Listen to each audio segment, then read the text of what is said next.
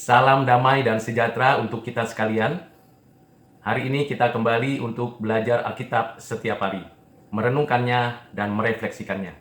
Kita melanjutkan pembacaan dan perenungan firman Tuhan dari kitab Kejadian, pasal yang ke-17, ayat yang ke-9 sampai dengan ayat yang ke-14. Demikianlah firman Tuhan.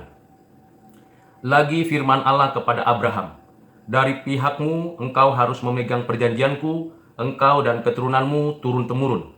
Inilah perjanjianku yang harus kamu pegang, perjanjian antara aku dan kamu serta keturunanmu, yaitu setiap laki-laki di antara kamu harus disunat.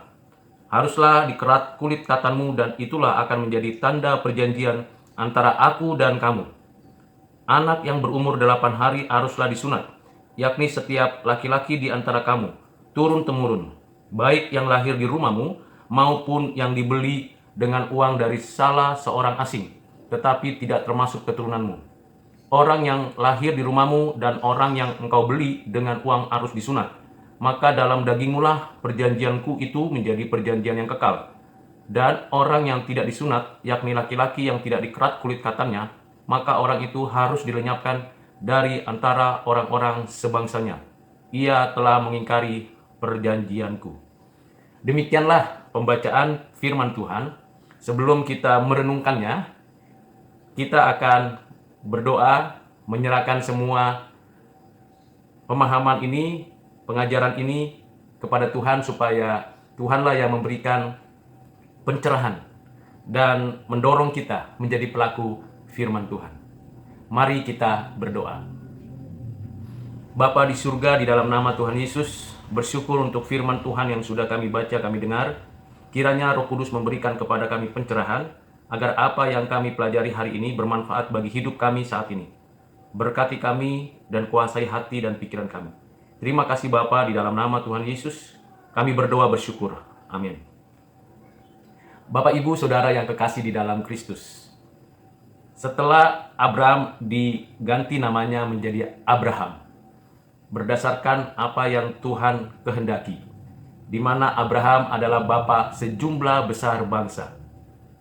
Tuhan menyatakan covenant-nya, covenant umat pilihan, covenant perjanjian kekal, di mana setiap orang yang percaya kepadanya, yang berdasarkan pada ketetapannya, berdasarkan pada anugerahnya, seluruhnya menjadi umatnya, di dalam kesatuan hubungan antara Allah yang hidup dengan umatnya yang diberikan anugerah hidup yang kekal. Selanjutnya Tuhan Allah menyatakan tanda perjanjian, tanda covenant yang ada pada setiap orang percaya. Terkhusus di dalam hal ini ialah sunat. Tanda perjanjian sunat adalah tanda yang dikaruniakan Allah berdasarkan ketetapan covenant-nya untuk Abraham dan keturunannya. Ini hal penting yang harus dilakukan oleh Abraham dan keturunannya, yaitu sunat. Sunat diperuntukkan hanya bagi laki-laki, dan khususnya laki-laki yang baru berusia 8 hari. Suatu tanda perjanjian yang kekal yang melekat pada diri seseorang.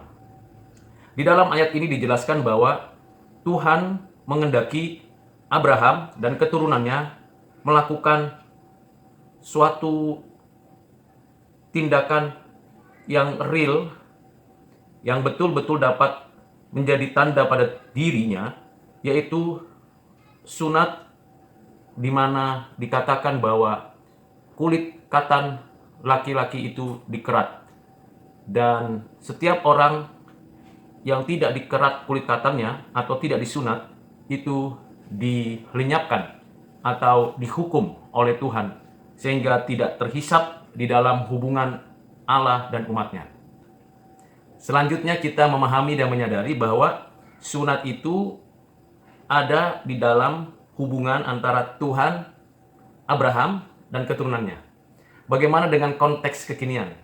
Apakah orang-orang percaya di seluruh dunia yang bukan keturunan secara genealogi dari Abraham, yang bukan disebut sebagai orang Israel, apakah wajib mengikuti sunat atau melaksanakan sunat ini sebagai bukti bahwa setiap orang yang percaya, yang mengaku milik Tuhan Allah, yang mengaku Tuhan Allah adalah Tuhannya, wajib disunat.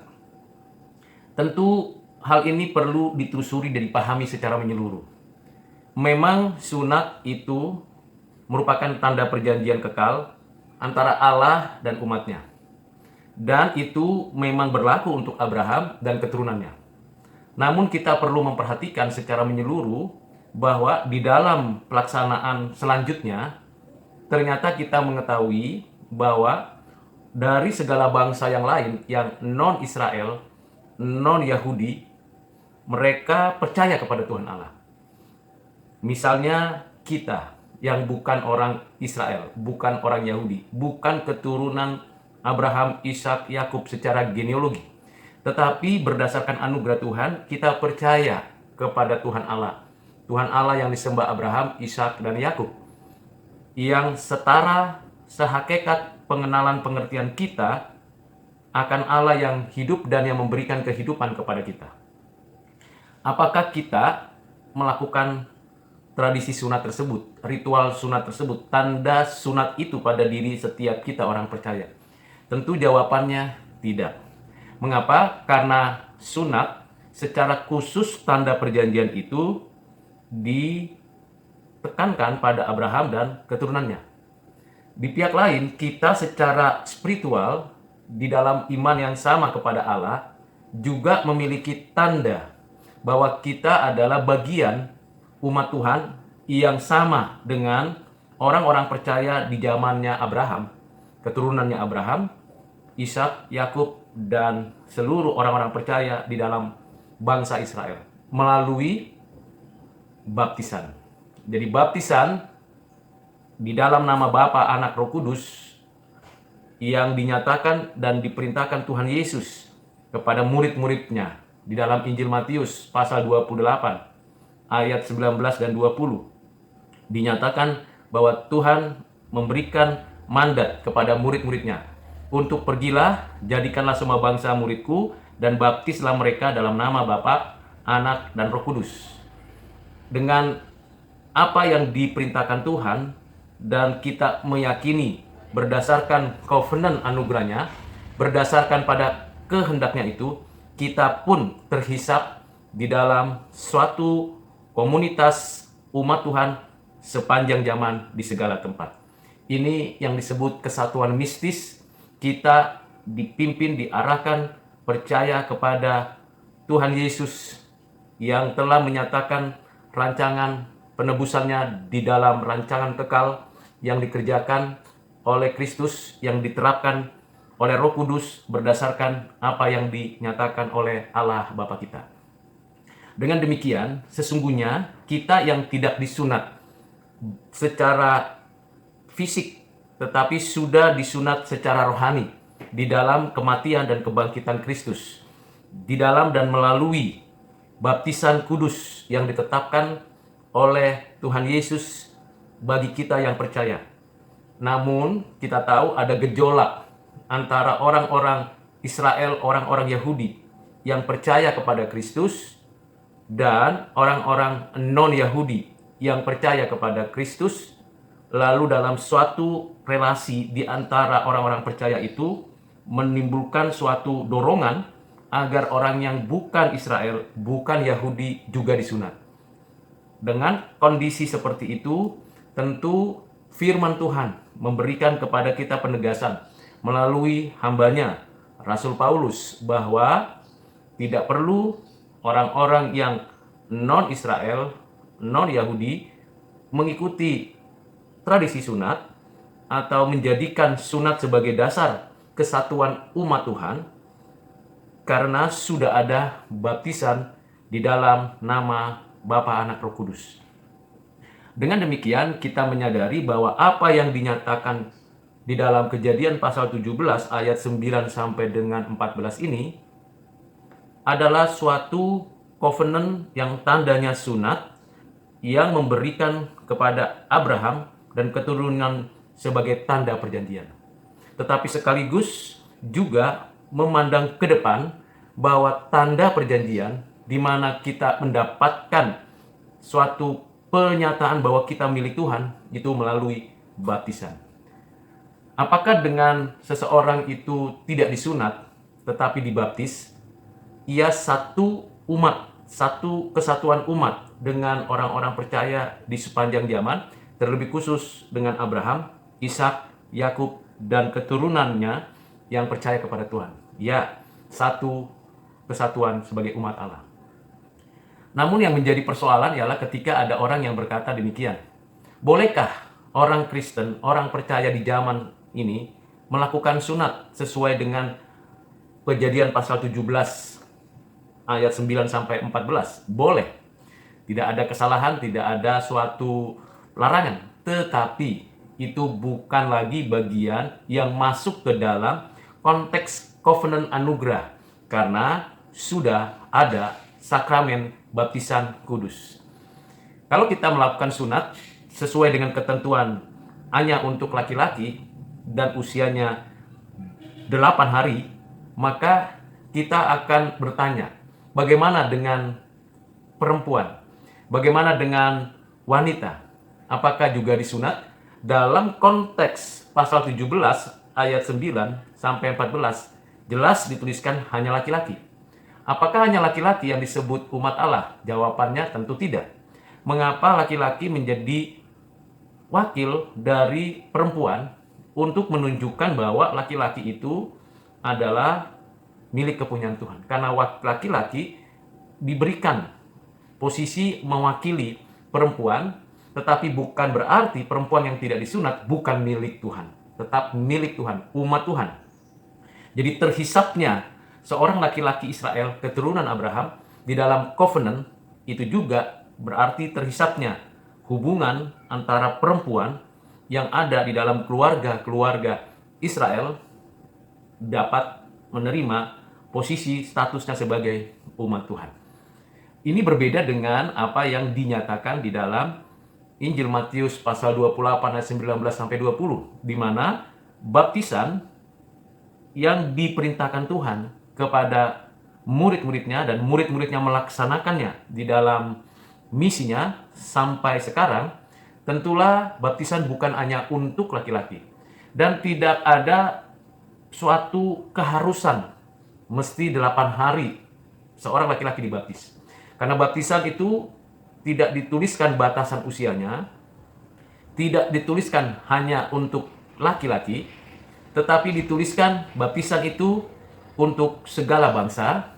Berarti di sana juga ada laki-laki, perempuan, ada bayi umur 8 hari, ada anak-anak, ada remaja, ada pemuda, ada orang tua, bahkan ada yang lanjut usia, yang sudah diberikan anugerah percaya, yang sudah terhisap dalam komunitas umat Tuhan, menerima baptisan.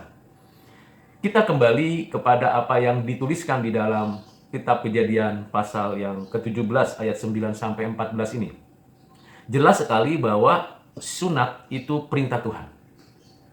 Perintah Tuhan untuk Abraham. Perintah Tuhan untuk keturunannya. Jadi ini eksklusif. Apakah sunat itu hanya ada pada konteks Abraham, Ishak dan Yakub dan seterusnya? Apakah tidak ada kemungkinan seperti itu terjadi pada masyarakat, komunitas, etnis di luar itu? Bisa saja terjadi dan ada. Tetapi bukan hanya sekedar tanda perjanjian, tetapi ini Allah Tuhan yang menyatakan perjanjian itu dan yang memberikan perintah. Jadi berbeda sunat-sunat yang dilakukan di luar perjanjian covenant umat Allah dengan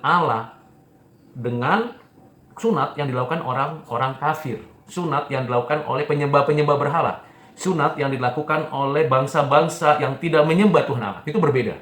Karena itu adalah sunat dalam hubungannya mereka dengan sesembahan mereka. Jadi sunat itu jelas tidak memiliki tanda perjanjian kekal. Tetapi di sini Allah yang menyatakan itu sebagai tanda perjanjian kekal, tanda umat pilihan. Karena itu Bapak Ibu Saudara yang kekasih di dalam Kristus, tidak semua sunat adalah sunat berdasarkan covenant perjanjian. Dan demikian juga kita harus melihat dan memperhatikan konteksnya saat itu. Dan tentu dalam konteks kekinian, silakan Bapak Ibu melaksanakan sunat, tetapi itu bukan sebagai tanda covenant. Karena sudah ada yang melanjutkan, yang dikhususkan untuk umat pilihan setelah kedatangan Kristus di atas muka bumi, yaitu melalui baptisan. Dan tentulah kita tidak perlu memperdebatkan seperti orang-orang Yahudi yang memperdebatkan bagaimana harusnya orang-orang non-Yahudi untuk percaya kepada Tuhan, untuk masuk ke dalam komunitas umat Tuhan, harus mengikuti sunatnya mereka. Tentu tidak. Mari kita betul-betul merenungkan ini, memanfaatkan pengertian ini mendalam dan merefleksikannya dalam kehidupan kita. Selanjutnya, mari kita dengarkan firman Tuhan yang dapat memberikan kepada kita penegasan dan pemahaman ini. Selanjutnya, di ayat 15 sampai dengan ayat yang ke-27, saya bacakan untuk kita sekalian. Selanjutnya Allah berfirman kepada Abraham, tentang istrimu Sarai, janganlah engkau menyebut dia lagi Sarai, tetapi Sarah, itulah namanya. Aku akan memberkatinya dan daripadanya juga aku akan memberikan kepadamu seorang anak laki-laki. Bahkan aku akan memberkatinya sehingga ia menjadi ibu bangsa-bangsa. Raja-raja, bangsa-bangsa akan lahir daripadanya. Lalu tertunduklah Abraham dan tertawa serta berkata dalam hatinya, mungkinkah bagi seorang yang berumur 100 tahun dilahirkan seorang anak laki-laki? Dan mungkinkah Sarai yang telah berumur 90 tahun itu melahirkan seorang anak? Dan Abraham berkata kepada Allah, sekiranya Ismail diperkenankan hidup di hadapanmu. Tetapi Allah berfirman, tidak, melainkan istrimu Sarah. Sarah lah yang akan melahirkan anak laki-laki bagimu, dan engkau akan menamai dia Ishak. Dan aku akan mengadakan perjanjianku dengan dia, menjadi perjanjian yang kekal untuk keturunannya. Tentang Ismail, aku telah mendengarkan permintaanmu. Ia akan kuberkati, kubuat beranak cucu sangat banyak. Ia akan memperanakan 12 raja dan aku akan membuatnya menjadi bangsa yang besar. Tetapi perjanjianku akan kuadakan dengan Ishak yang akan dilahirkan Sarah bagimu tahun yang akan datang. Pada waktu seperti ini juga, setelah selesai berfirman kepada Abraham, naiklah Allah meninggalkan Abraham. Setelah itu Abraham memanggil Ismail anaknya dan semua orang yang lahir di rumahnya, juga semua orang yang dibelinya dengan uang, yakni setiap laki-laki dari isi rumahnya, lalu ia mengerat kulit katan mereka pada hari itu juga, seperti yang difirmankan Allah kepadanya. Abraham berumur 99 tahun ketika dikerat kulit katannya, dan Ismail anaknya berumur 13 tahun ketika dikerat kulit katannya. Pada hari itu juga Abraham dan Ismail anaknya disunat, dan semua orang dari isi rumah Abraham, baik yang lahir di rumahnya maupun yang dibeli dengan uang dari orang asing, disunat bersama-sama dengan dia. Bapak Ibu Saudara yang terkasih dalam Kristus, Abraham disunat pada usia 99 tahun dan Ismail pada usia 13 tahun. Tentu juga seorang laki-laki demi seorang laki-laki yang ada di rumahnya, baik yang dibelinya, yang ada di dalam rumahnya, semuanya disunat, tentu tidak usianya 8 hari. Dengan kata lain, bukan hanya pelaksanaannya yang berbeda dengan perintah untuk disunat umur 8 hari, tetapi ketaatan Abraham terhadap perintah Tuhan dilaksanakan. Tentu karena perintah itu baru diterima dan baru didengar, tentulah tidak perlu menyesali karena sudah umurnya lanjut dan sudah lewat 8 hari. Hal yang paling penting, yang paling perlu ialah ketaatan. Dan ketaatan itu perlu kita pupuk di dalam kehidupan kita. Mungkin kita terlambat di dalam merespon panggilan Tuhan. Mungkin kita terlambat di dalam memahami kehendak Tuhan. Mungkin kita terlambat di dalam mengerti perintah Tuhan. Tetapi setelah kita mengerti, memahaminya, dan menyadarinya, kita seharusnya menaatinya. Demikian Abraham. Dan juga mengajak anak dari Hagar, yaitu Ismail, untuk disunat, dan seluruh laki-laki yang ada di rumahnya. Namun hal yang perlu diperhatikan yang cukup penting dan menarik dalam perikop pasal 17 ini, yaitu dari ayat 15 sampai dengan ayat 22, bahwa Tuhan menyatakan firman-Nya, menyatakan kehendaknya, bahwa nama Sarai pun diganti menjadi Sarah, ibu segala bangsa, ibu dari raja-raja yang ada di antara bangsa-bangsa. Dan bukan hanya itu, dari Sarah lah akan dilahirkan anak perjanjian. Ismail dari Hagar itu anak budak. Itu bukan anak perjanjian, anak kedagingan, anak yang berdasarkan tradisi kemanusiaan, anak yang lahir tetapi Walaupun demikian, Ismail diberkati. Ismail mendapatkan berkat-berkat umum, banyak keturunan. Dan Tuhan sudah menyatakan janjinya. Keturunan Abraham dari Ismail diberkati, disertai. Tetapi berkat khusus, anugerah khusus, anak perjanjian, yaitu Ishak. Dari Sarah, bagaimana mungkin itu bisa terjadi? Apa yang tidak mungkin bagi manusia, itu mungkin terjadi. Namun bagi Abraham itu sesuatu lelucon, suatu hal yang tidak mungkin. Itu sebabnya Abraham tertawa. Jadi sebenarnya yang pertama kali mendengarkan berita bahwa Sarah akan melahirkan anak perjanjian, Abrahamlah yang pertama kali tertawa, bukan Sarah. Nanti memang pada pasal berikutnya, pada ayat berikutnya, khususnya pada pasal 18, ketika Sarah mendengar itu, ia tertawa. Tertawa itu bukan Sarah yang pertama tertawa, sebenarnya Abraham. Ini tertulis di dalam ayat yang dikatakan pasal 17 ayat 17, lalu tertunduklah Abraham dan tertawa serta berkata kepada dalam hatinya, mungkinkah bagi seorang yang berumur 100 tahun dilahirkan seorang anak, dan mungkinkah Sarah yang telah berumur 90 tahun itu melahirkan seorang anak? Dari tidak ada menjadi ada. Tuhan Maha Pencipta. Dari yang ada menjadi ada yang lain. Keturunan-keturunan Adam, keturunan Nuh, keturunan Abraham. Mungkin karena Allah Maha Kuasa, Allah Maha Pencipta. Dari yang tidak mungkin menjadi mungkin karena tidak ada yang mustahil baginya. Bapak Ibu Saudara yang kekasih di dalam Kristus. Di dalam pembacaan kita hari ini pasal 17 dari ayat 9 sampai dengan 27 ini memberikan kepada kita suatu pengharapan dan suatu pengertian yang mendalam tentang Tuhan yang berjanji. Tuhan yang tidak pernah ingkar janji. Dan Tuhan yang setia melaksanakan janjinya. Tuhan yang menyatakan janjinya secara langsung dan berdampak pada hidup kita dan hidup yang akan datang. Demikian yang dinyatakan Tuhan kepada Abraham. Dan tentulah Abraham mendapatkan suatu pengertian yang mendasar dan mendalam ini yang dituliskan oleh Musa untuk kita. Menjadikan kita hari ini mendapatkan suatu pengenalan akan Tuhan yang berjanji. Maukah Bapak Ibu Saudara menikmati janji-janji Tuhan? Bersediakah kita menaruh pengharapan kita hanya kepada Tuhan yang berjanji? Yang janjinya kekal untuk selamanya. Di dalam percakapan kita dengan Tuhan, melalui doa, melalui pembacaan firman, melalui persekutuan kita dengan sesama orang percaya, melalui kesaksian hidup kita. Sudahkah kita betul-betul meyakini dengan sungguh bahwa Tuhan yang berjanji adalah Tuhan yang setia menyatakan kehendaknya ini.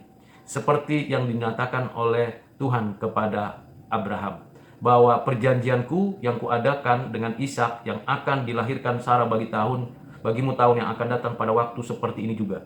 Berarti Tuhan yang adalah Tuhan yang berdaulat di dalam sejarah. Tuhan yang memimpin sejarah. Tuhan yang memberikan arah kehidupan. Tuhan juga yang menyatakan apa yang akan terjadi di depan bagi setiap orang-orang percaya.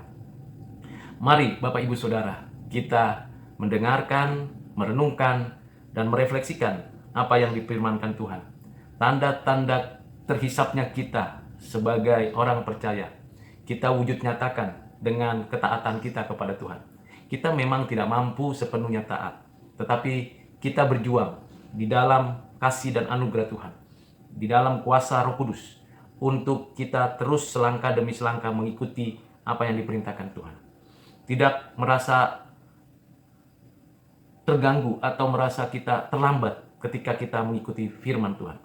Dan kita tahu memang secara logis itu tidak mungkin terjadi peristiwa-peristiwa yang mengubah hati kita.